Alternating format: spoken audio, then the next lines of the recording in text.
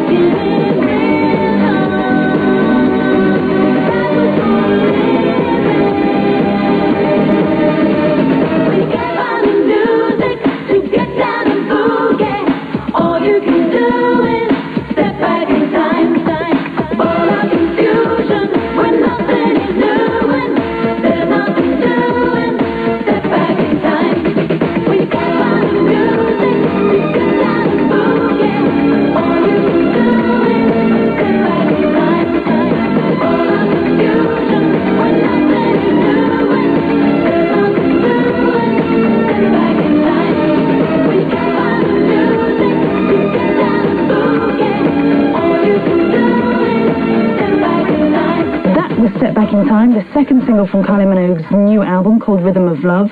And here's the gal herself to talk to us about it a little bit. Welcome, Kylie. Hi there. How are you doing? I'm fine. Hanging in there. Jet lagged still? Just a little, yeah. Because you're just here just to promote the album a little bit. And yeah, I'm really in London and Europe for the rest of the year, just promotion. Your favourite thing, I know. It's the hardest part, really. Is it harder than all the It's very draining doing interviews all day and repeating yourself and talking about yourself all the time. non-stop. Now, there are 11 tracks on this album, 7 by Stock Aitken and Waterman, so you still feel very confident that you're a good combination. Well, yeah, I mean, oh gosh, I think we've had 12 top 5s now, so it's pretty hard to argue with that. Yeah, but the combination on the album, the other 4 tracks were recorded in Los Angeles, is my little kind of experimental pieces. Did you make the decision before the album begun, okay, do some with, Stock Aitken and Waterman, and I want to do some with somebody else?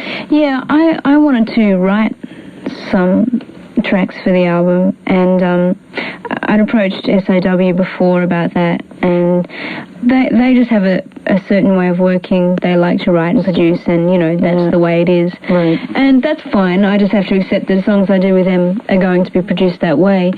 So that I was more or less forced to go elsewhere to have more to do with the recording. Right. And it was great. It really killed two or three birds with one stone going to America. I didn't know how I was going to cope being there for such a long time.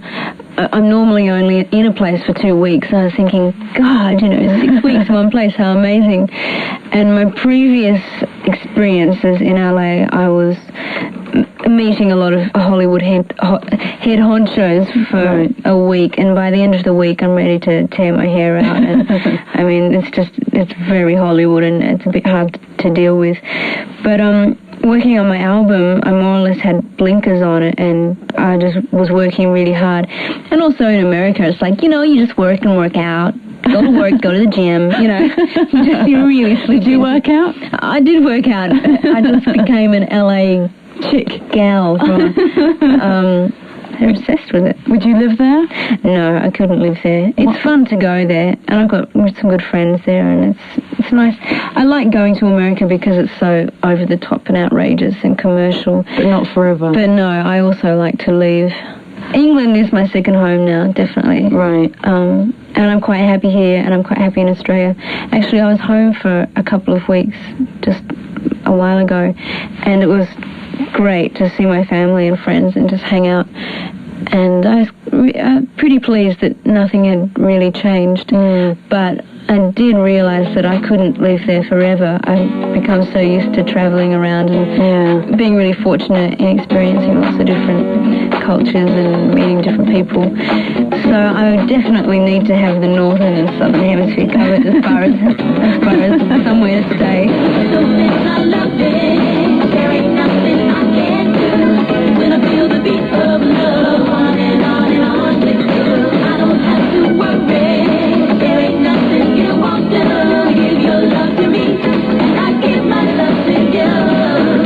I know what you like. You know just what to do to me. The rhythm is right. We have fun with harmony. You got the bass. I can pick up the bass. Yeah.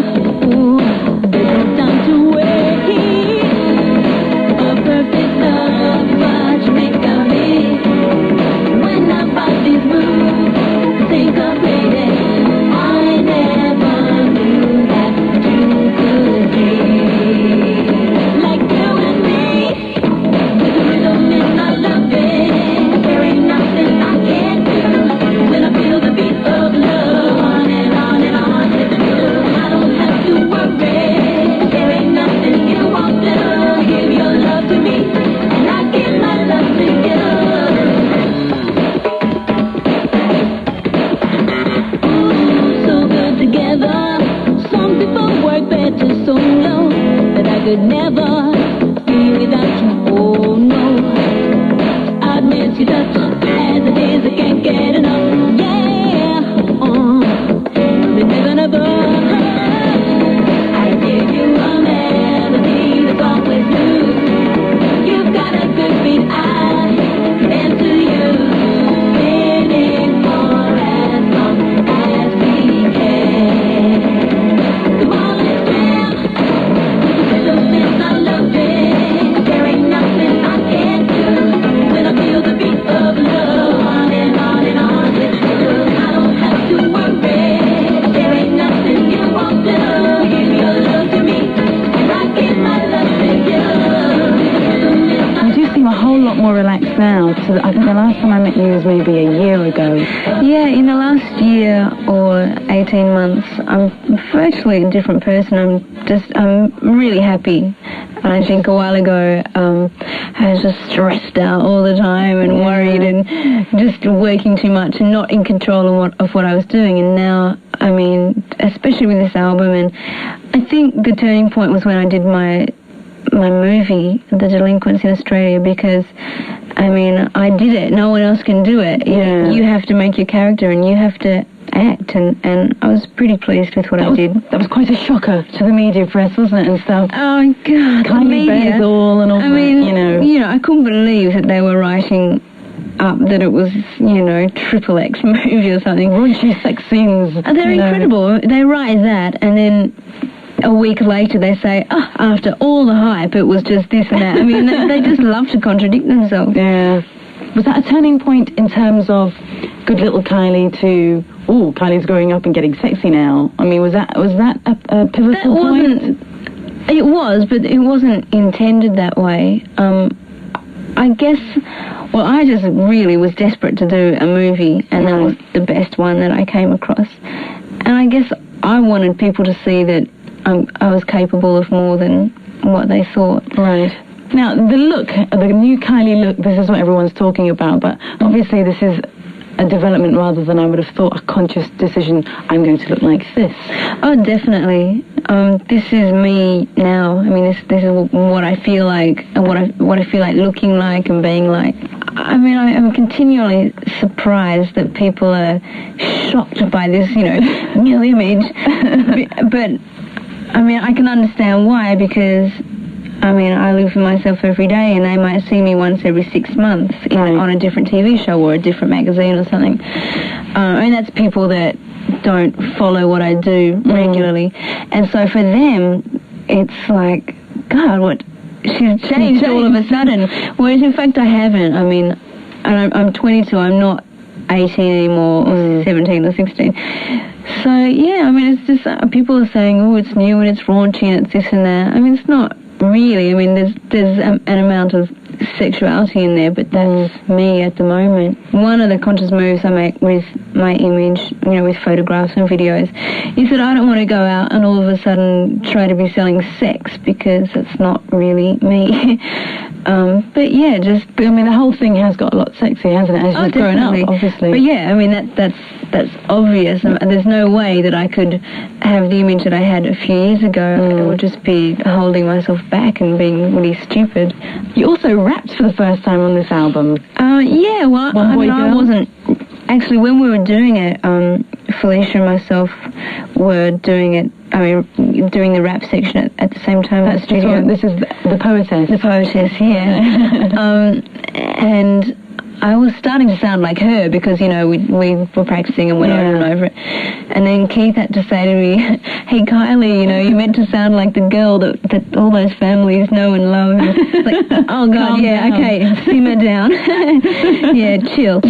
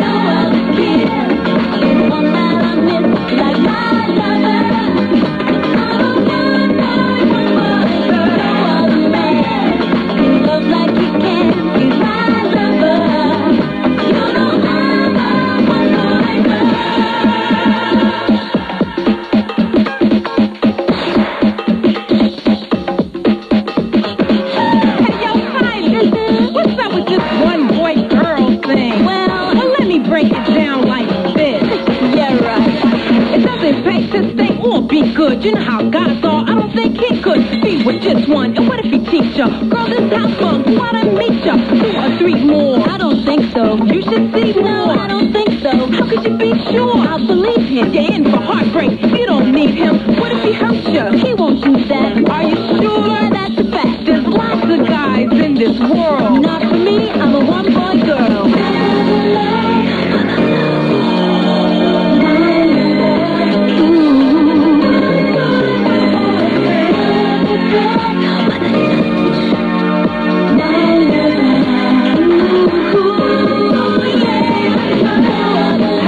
About obviously your relationship with the boyfriend Michael Hutchence, who's also a very famous musician. That's been very well documented in the press. Yeah. Was that easy to keep hidden, or did you just think? Well, of course we knew that there's no way we're going to be able to keep this to ourselves forever, but we certainly didn't go out and say, "Hey ho, guys, check us out." Relationship. We just. Unfortunately, we were having just the most idyllic day in Sydney, going around on the bike and just hanging out. And then we were just sitting in the park and saw this tree rustle and... How horrible. Photographer underneath a tree. I was like, oh my God, I'm sitting here in my bra and meant to get dressed. So, he'd been following us for an hour and I'm normally pretty perceptive with that kind of stuff, and well, so far we've been married about 3 times. Engaged about 4. It amazes me, we get married and then we get engaged. I mean, guys, get in the right order at least. And so, we just normally don't read it, but we hear from someone like, "Are you really married?" And we think, no. So, to set the record straight, we're not engaged, we're not married, we're still having just the same great relationship we've been having for a while. And I think for Michael it was a bit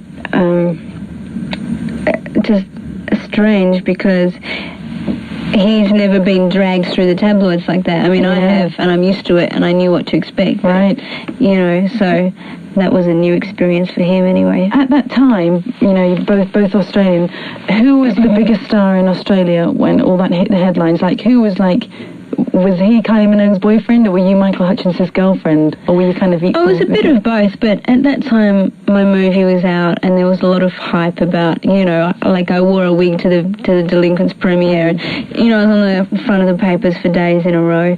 So I mean, there was a lot of hype about me at that point. But he must find that funny, if I remember seeing a quote about him saying it's really weird, you're used to people coming up to you because you're famous. Yeah. So they're coming up to me looking over my shoulder. I know. Well, it works both ways. Sometimes people aren't interested in me at all, it's straight over to him, which is good, we laugh about that sometimes. How difficult is it to have a relationship which is daily, it's in the tabloids all the time?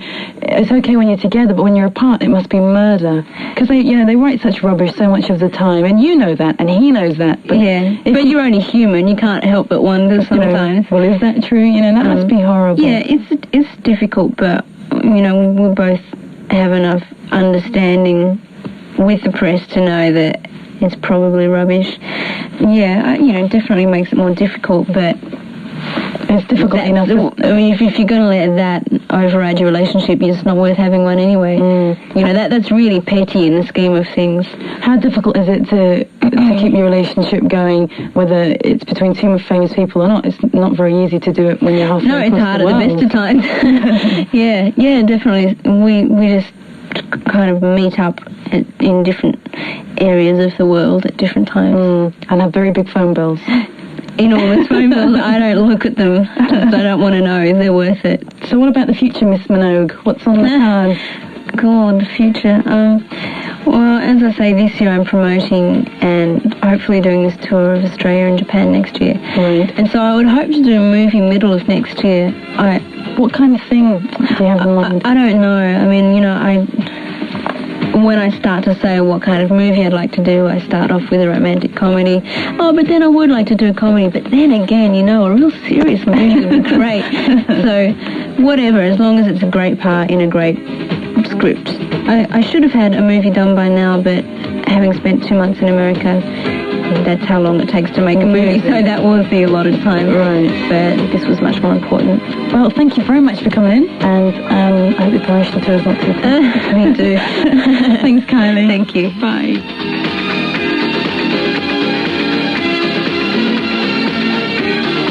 Well, you heard Rhythm of Love and One Boy Girl, exclusive to 1FM. The album is out on the 12th of November. Kylie signed this particular copy for us here, so tune into Citizen Brain tomorrow night if you fancy winning it. That's it from me for tonight and from Drive Time. Just time for a quick dedication for a Douglas Hutchence, who lives in Kilwinning. Unfortunately fell down some stairs and has been nursing his embarrassment for some time ever since.